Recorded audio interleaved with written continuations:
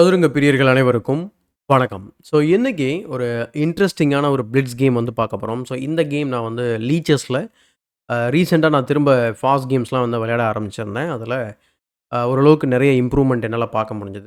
இது எதனால அப்படிங்கிறத நான் வந்து எண்ட் ஆஃப் த வீடியோல வந்து நான் உங்களுக்கு சொல்றேன். அது மட்டும் இல்லாம நான் ரீசென்ட்டா வந்து லீச்சஸ்ல வந்து ஆக்சுவலா நான் வந்து ரெக்கமெண்ட் பண்றது கிடையாது. பிளிட்ஸ், புல்லட் விளையாடுங்க அப்படின்னு சொல்லிட்டு. பட் உங்களோட இன்ட்யூஷன் வந்து எவ்வளோ ஸ்ட்ராங்கா இருக்கு அப்படிங்கிறத நீங்க பிளிட்ஸ் அண்ட் புல்லட் கேம வச்சு நீங்க அத வந்து முடிவு பண்ணலாம். ஸோ அந்த விதத்தில நான் வந்து லாஸ்ட் 2, 3 மந்த்ஸா உங்களுக்கு தெரியும் GM road to grandmaster அப்படிங்கிற சீரிஸ்ல நான் நெறைய வீடியோஸ் பண்ணியிருந்தேன். கிட்டத்தட்ட ஒரு 14, 13 வீடியோஸ் போட்டிருந்தேன். ப்ளஸ் ரீசென்ட்டா நான் ஆக்டிவா மந்த்லி ஒன்ஸ் அட்லீஸ்ட் ஒரு கிளாசிக்கல் டோர்னமெண்ட்டும் ஆடிட்டு இருந்தேன். இதுக்கான ட்ரெய்னிங் வந்து பார்த்தீங்கன்னா, டாக்டிக்கல் ட்ரெய்னிங் ப்ளஸ் கேம் அனலைசிஸ்ன்னு சொல்லி இது மாரி வந்து பண்ணும்போது, உங்களோட இன்ட்யூஷன் வந்து பார்த்தீங்கன்னா, ஓரளவுக்கு ஸ்ட்ராங்கா பில்ட் ஆகிக்கிறத என்னால வந்து ரொம்ப ஃபீல் பண்ண முடியுது. ஏன் அப்டின்னா, எனிவே இந்த கேம பார்ப்போம். அதுக்கப்புறம் எண்ட் ஆஃப் த வீடியோல இந்த கதைய பேசலாம். அண்ட் அதுக்கு முன்னாடி ஒரு ரெக்வெஸ்ட் என்ன அப்டின்னா, நம்ம சேனல் நீங்க சப்ஸ்கிரைப் பண்ணாம வீடியோஸ்லாம் பார்த்துட்டு இருக்கீங்க அப்டின்னா, சப்ஸ்கிரைப் பண்ணிட்டு பெல் பட்டன பிரஸ் பண்ணி வச்சுக்கோங்க. இப்போ இந்த வீடியோவ பார்க்கலாம் வாங்க. ஸோ இந்த கேம்ல நான் வந்து ஒயிட் வந்து ஹேண்டில் பண்ணேன். என்னோட ஆப்போனன்ட் வந்து பார்த்தீங்கன்னா, கோச் டி அப்டின்னு சொல்லிட்டு 2150 லீச்சஸோட பிளிட்ஸ் ரேட்டிங் ஓகேங்களா? ஸோ E4 நான் வந்து E4 ஓப்பன் பண்ணேன். ஆப்போனன்ட் வந்து C5 சிசிலியன் விளையாடினாரு. Night C3 விளையாடினேன். பின்ன அதுக்கப்புறம் D6 bishop C4. Bishop C4க்கு night F6 அதுக்கப்புறம் D3. இத வந்து குளோஸ்டு சிசிலியன்னு சொல்லுவாங்க.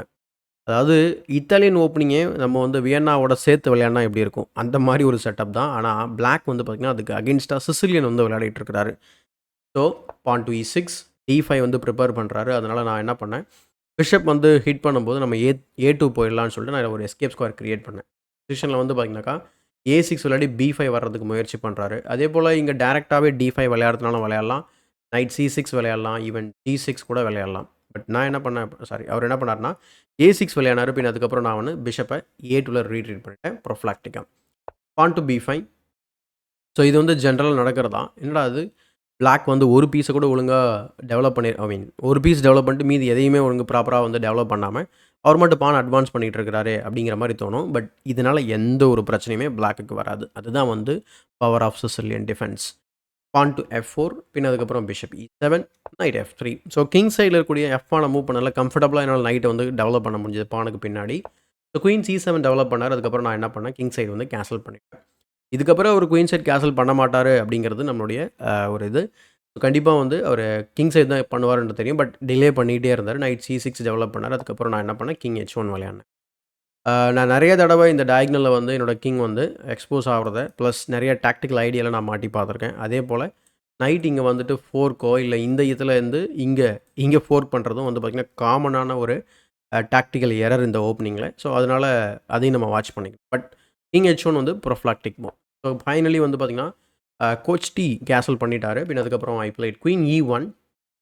ஸோ E1ஓட ஐடியா என்ன அப்படின்னா, குயின் G3 போயிட்டு கிங் சைட்ல குயின் H3 அதுக்கப்புறம் G4, G5 அப்படின்னு சொல்லிட்டு டிப்பிக்கலான ஒரு அட்டாக். அப்ப கிங் H1 ஆடியிருக்கோம் அப்படின்னா, குயின் E1 வந்து அதோட ஃபாலோ அப் மாதிரி.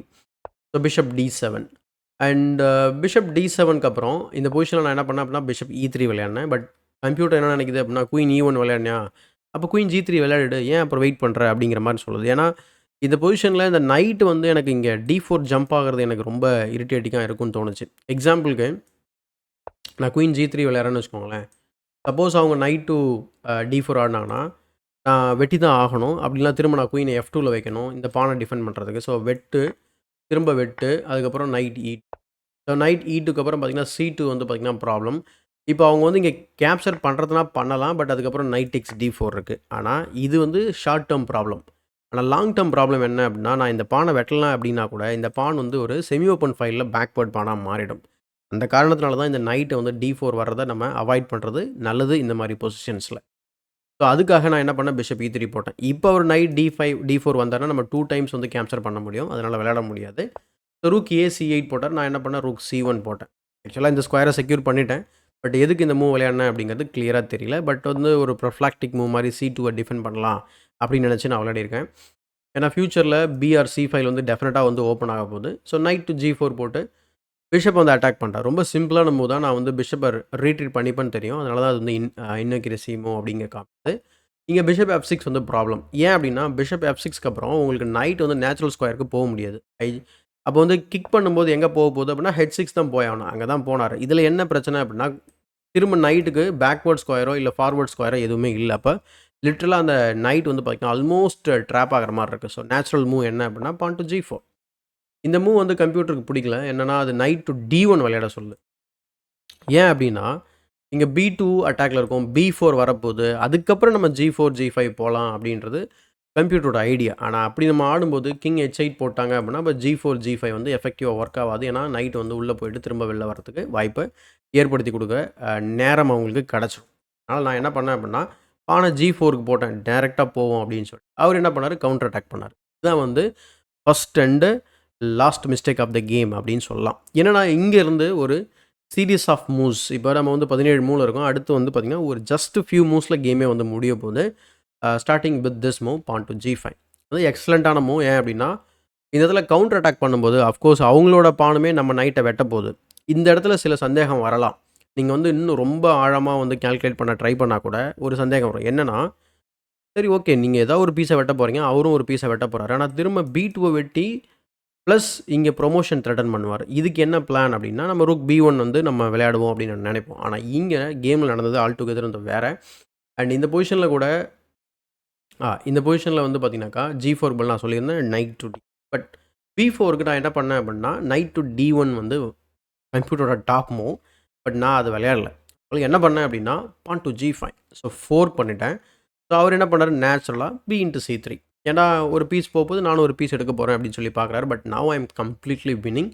ஸோ எப்படின்னு சொல்லி பார்த்தீங்கன்னாக்கா ஃபஸ்ட்டு நைட்டை வெட்டுறதுக்கு பதில் நம்ம பிஷப்பை தான் வெட்டணும். ஏன்னா டார்க் ஸ்கொயரை நம்ம வந்து உடச்சிட்டு டார்க் ஸ்கொயரில் நம்ம அட்டாக் பண்ண போகிறோம். ஸோ G takes F6, இங்கே C takes B2 விளையாடினார். இப்போது இந்த பொசிஷனில் நீங்கள் ஒயிட் பீசஸ் வந்து ஹேண்டில் பண்ணிங்க அப்படின்னா என்ன மூவ் விளையாடுவீங்க? ஒரு மூவ் நமக்கு பத்தாது. ஏன்னா அந்த ஒரு மூவ்க்கு அப்புறம் திரும்ப திரும்ப பிளாக்கோட த்ரெட்டு ரினியூவ் ஆகிட்டே இருக்கும். ஸோ B/C1 அப்படிங்கிற த்ரெட் வந்து என்ன ஆகும், திரும்ப திரும்ப வந்துக்கிட்டே இருக்கும். அந்த காரணத்தினால இந்த பொசிஷனில் நீங்கள் என்ன பண்ணுவீங்க அப்படிங்கிறத கிளியராக வந்து யோசனை பண்ணி சொல்லுங்கள்.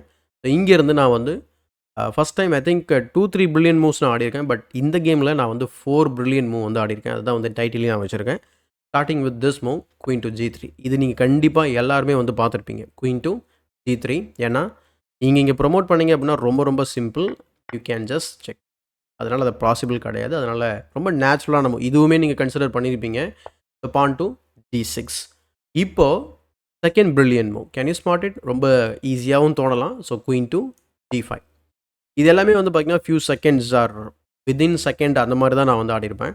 ஏன்னா அது பிளிட்ஸ் கேம் அப்படிங்கிறதுனால. ஸோ குயின் G5 இங்கேயுமே ப்ரொமோட் பண்ண முடியாது. ப்ரொமோட் பண்ணாங்க அப்படின்னா 2 மூவில் நம்ம செக்மேட் பண்ணிடலாம், நீங்கள் என்ன மூவ் பண்ணாலும். அப்போது அவர் என்ன பண்ணுறாரு, நேச்சுரலாக G7 தான் நான் மேட் பண்ண போகிறேன், நான் வந்து கிங் H8 போட்டு ரூக் G8 போட போகிறேன், அப்போ எப்படி செக்மேட் பண்ணுவேன்னு சொல்லி பார்க்குறாரு. பட் இங்கே அவர் மிஸ் பண்ணக்கூடிய ஐடியா என்ன அப்படின்னா ஃபாலோ அப் இருக்கக்கூடிய இன்னும் 2 பிரில்லியன்சி இருக்குது. So queen tax H6. So rook G8 is the only move to stop the mate and then knight to G5. So knight to G5க்கு அப்புறம் மேட்டை தடுக்கவே முடியாது. இதுவுமே பிரில்லியன்ட் மூவ் தான். ஏன் அப்படின்னா திரும்பவுமே என்னுடைய ரூக்கை வெட்ட முடியும். வெட்டினாக்கா செக்மேட் ஆகிடும். ஸோ அவர் என்ன பண்ணார் அப்படின்னா அவர் என்ன நினச்சார் அப்படின்னா இங்கே நைட் டேக்ஸ் F7 போட்டு இப்படி ஒரு செமி ஸ்மதர்ட் ஆர் லோலிஸ் மேட் மாதிரி பண்ண போகிறேன் அப்படின்னு நினச்சி அவர் என்ன பண்ணார், பிஷப் E8 போட்டார். பட் இங்கே H7லையுமே நைட் வந்து சப்போர்ட் பண்ணிக்கிட்டு இருக்கு. ஸோ சிம்பிளாக நான் என்ன பண்ணேன், குயின் டேக்ஸ் H7 செக்மேட் பண்ணிட்டேன். ஈவன் இந்த மாதிரி அவர் வந்து இந்த ஸ்கொயரை டிஃபெண்ட் பண்ணால் கூட சம் கேசஸில் நம்ம வந்து ரூக்கை லிஃப்ட் பண்ணி H-pawn இருக்கக்கூடாது அக்ஃபோர்ஸ். ஸோ ரூக்கை லிஃப்ட் பண்ணோம் அப்படின்னா குயின் சாக் பண்ணி ரூக்கு H5ல வச்சும் செக்மேட் பண்ணலாம். இதை லோலிஸ் மேட்னு சொல்லுவாங்க. பட் இந்த பொசிஷனில் ஒரு பிஷப் E8 விளையானதுக்கப்புறம் நான் என்ன பண்ணேன், குயின் டேக்ஸ் H7 வச்சு செக்மேட் பண்ணிட்டேன். ஸோ ரொம்ப நாளைக்கு அப்புறம் ஒரு பியூட்டிஃபுல்லான ஒரு ஷார்ட் கேம் வந்து விளையாடிருந்தேன். ஸோ அது உங்களோட ஷேர் பண்ணணும்னு நினச்சா தான் இந்த வீடியோ உங்களுக்கு அப்லோட் பண்ணியிருக்கேன். ரெண்டாவது இந்த இடத்துல எனக்கு என்ன அப்படின்னா ஒரு க்ரீடியாக இதை ப்ரொமோட் பண்ணியிருக்கணும் அப்படின்றது என்னோடய ஆசை. ஏன் அப்படின்னா எனக்கு இந்த செக்மேட் பண்ணணுன்றது தோணுச்சு. பட் அவர் வந்து அதை அலோவ் பண்ணலை. ஸோ பியூட்டிஃபுல்லாக இருந்திருக்கும் இல்லையா. So Lolli's and semi smothered checkmate. So கண்டிப்பாக இந்த குயிக் அனாலிசிஸ் உங்களுக்கு பிடிச்சிருக்குன்னு நினைக்கிறேன். அண்ட் இப்போது அந்த பிளிட்ஸ் அண்ட் புல்லட் கதைக்கு வரும். ரீசெண்டாக நான் என்ன பண்ணேன் அப்படின்னா திடீர்னு என்ன வந்துச்சுன்னு தெரில, ட்ரைனிங் வந்து டாக்டிக்கல் ட்ரைனிங் சரியாக நான் வந்து பண்ணலைன்னு வச்சுக்கோங்களேன். அண்டு ரெஜிஸ்டர் பண்ண டோர்னமெண்ட்டும் என்னால் போக முடியல வேரியஸ் ரீசன்ஸ்னால. அதனால் நான் என்ன பண்ணேன், டாக்டிக்கல் ட்ரைனிங்கை டெம்பரரியாக ஒரு 2-3 வீக்ஸ் கிட்ட நான் வந்து ஸ்டாப் பண்ணி வச்சுட்டேன். என்னோடய ஒர்க்ஸ் கொஞ்சம் ஜாஸ்தி ஆகிடுச்சின்னு வச்சுக்கோங்க.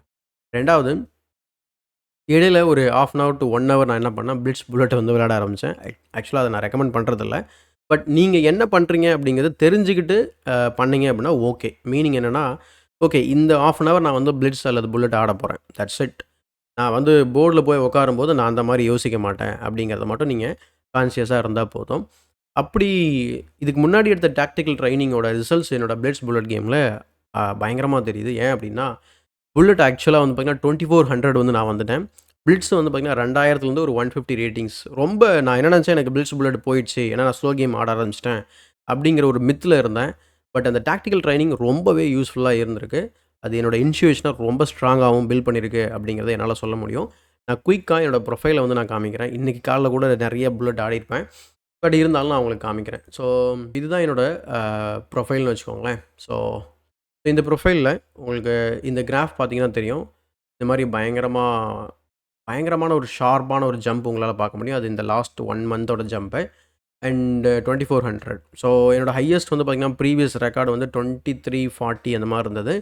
பட் 60+ ரேட்டிங் வந்து ஏத்துனது ஓரளவுக்கு ஒரு கன்சிடரபிளான ப்ளஸ் 2 டேஸ்க்கு முன்னாடி நான் 2400 வந்துட்டேன். அண்ட் திரும்ப திரும்ப விளையாடி ஒரு 20, 25 பிளிட்ஸ் ஆர் புல்லட் நான் அந்த மாரி மாத்தி மாத்தி ஆடியிருக்கேன். அப்படி இருந்துமே வந்து பார்த்தீங்கன்னா, என்னோட ரேட்டிங் வந்து 2400 அண்ட் க்ளோசர் டூ தட் வந்து பார்த்தீங்கன்னா, it stays there. And also என்னோட பிளிட்ஸ் ரேட்டிங்கும் வந்து பார்த்தீங்கன்னா, ஓரளவுக்கு கன்சிடரபிளா நான் சொன்ன மாரியே அந்த கன்சிஸ்டன்சி வந்து என்னால பார்க்க முடியுது. ஸோ இது வந்து இந்த கிராஃப் வந்து பார்த்தீங்கன்னா, பிளிட்ஸ். அண்ட் இங்க பார்த்தீங்கன்னா, என்னோட டாக்டிக்கல் ட்ரெய்னிங் வந்து இங்க ஸ்டாப் ஆயிருக்குது உங்களால பார்க்க முடியும். அதுக்கப்புறம் விளையாண்ட கேம்ஸ். ஆக்சுவலா நான் இடையிலயும் பண்ணிட்டு இருந்தேன். பட் எஃபெக்டிவா பண்ணல அப்படிங்கிறது தான் விஷயம். ஸோ இதெல்லாம் நீங்க பார்த்தீங்கன்னா தெரியும். அதான் 5-5 விளையாடியிருப்பேன். இங்க பாருங்க. 3, 5 அப்புறம் டாக்டஸ் 3, 5, 3, 5 அண்ட் லாஸ்ட் 3 டேஸ் மட்டும் தான் நான் வந்து அதிகமா விளையாட ஆரம்பிச்சேன். ஏன் அப்படின்னா, என்னோட ப்ரோகிரஸ் கொஞ்சம் நல்லா இருந்த மாரி இருந்தது. ஸோ நம்ம ஏன் வந்து ட்ரை பண்ணக்கூடாது 2400க்கு புஷ் பண்றதுக்கு அப்படின்னு சொல்லிட்டு. So finally I reach 2400. So next goal வந்து 2500 ஃபாஸ்ட் கேம்ஸ்ல. அஃப்கோர்ஸ் ஸ்லோ கேம் வந்து ரொம்ப முக்கியம். பட் இருந்தாலும் இந்த மாரி ஒரு 1/2 அன் ஹவர் டூ 1 ஹவர் நான் இதுக்காக ஸ்பெண்ட் பண்ணிக்கிட்டு இருக்கேன். ஸோ என்ன நடக்குது அப்படிங்கிறத பார்ப்போம். நான் உங்களுக்கு அப்டேட் பண்றேன். திரும்ப நான் வந்து டோர்னமெண்ட் போறதுக்கு முன்னாடி இத கம்ப்ளீட்டா ஸ்டாப் பண்ணிடுவேன். ஸோ அத நான் இன்னும் பிளான் பண்ணாம இருக்கிறதுனால, இப்போதைக்கு நான் இத கன்டின்யூ பண்ண வாய்ப்புகள் இருக்கு. ஸோ மத்த அப்டேட்ஸ் நான் என்னன்றத உங்களுக்கு ஆஸ் யூசுவல் நம்மளுடைய வீடியோல நான் ஷேர் பண்றேன். உங்களோட பிளிட்ஸ் புல்லட் ரேட்டிங் எப்படி இருக்கு? நீங்க ஸ்லோ கேம் விளையாடுறப்ப இதோட ஸ்கில் வந்து அஃபெக்ட் ஆகுற மாரி நீங்க நினைக்கிறீங்களா? அல்லது பிளிட்ஸ் புல்லட் விளையாடும்போது ஸ்லோ கேம் வந்து அஃபெக்ட் ஆகுதா? இந்த மாரி என்ன அ ஆகுது அப்படிங்கிறத கமெண்ட் செக்ஷன்ல பதிவிடுங்க. மத்தவங்களுக்கு ஹெல்ப்ஃபுல்லா இருக்கும். ப்ளஸ் உங்களோட டாக்டிக்கல் ட்ரெய்னிங் நீங்க எப்படி பண்றீங்க அப்படிங்கிறதையும் சொல்லுங்க. ஸோ இது மாரி இன்னும் நம்ம எஃபெக்டிவா எப்படி ட்ரெய்னிங் பண்ணணும் அப்படிங்கிறத பத்தி உங்களுக்கு கிளியரா ஒரு ஐடியா தெரியாம இருந்தது அப்படின்னா, நம்ம ஏற்கனவே ஒரு வீடியோ பண்ணியிருக்கோம். How to do the training அப்படின்னு சொல்லிட்டு. எஃபெக்டிவ் ட்ரெய்னிங் அப்படின்னு சொல்லி நான் ஒரு வீடியோ பண்ணியிருக்கேன். ஸோ மறக்காம அத செக் பண்ணி பாருங்க. அத நான் வந்து எண்ட் ஆஃப் த வீடியோல லிங்க் பண்றேன். ஸோ இந்த வீடியோ புடிச்சிருந்தா லைக் போடுங்க. மறக்காம மத்தவங்களுக்கு ஷேர் பண்ணுங்க. இன்னும் நம்ம சேனல சப்ஸ்கிரைப் பண்ணல அப்படின்னா, சப்ஸ்கிரைப் பண்ணிட்டு பெல் பட்டன பிரஸ் பண்ணி வச்சுக்கோங்க. இதேபோல ஒரு பயனுள்ள வீடியோவுடன் உங்களை சந்திக்கும் வரை உங்களிடம் இந்த விடைபெறுவது உங்கள் சதுரங்க சாணக்கியன்.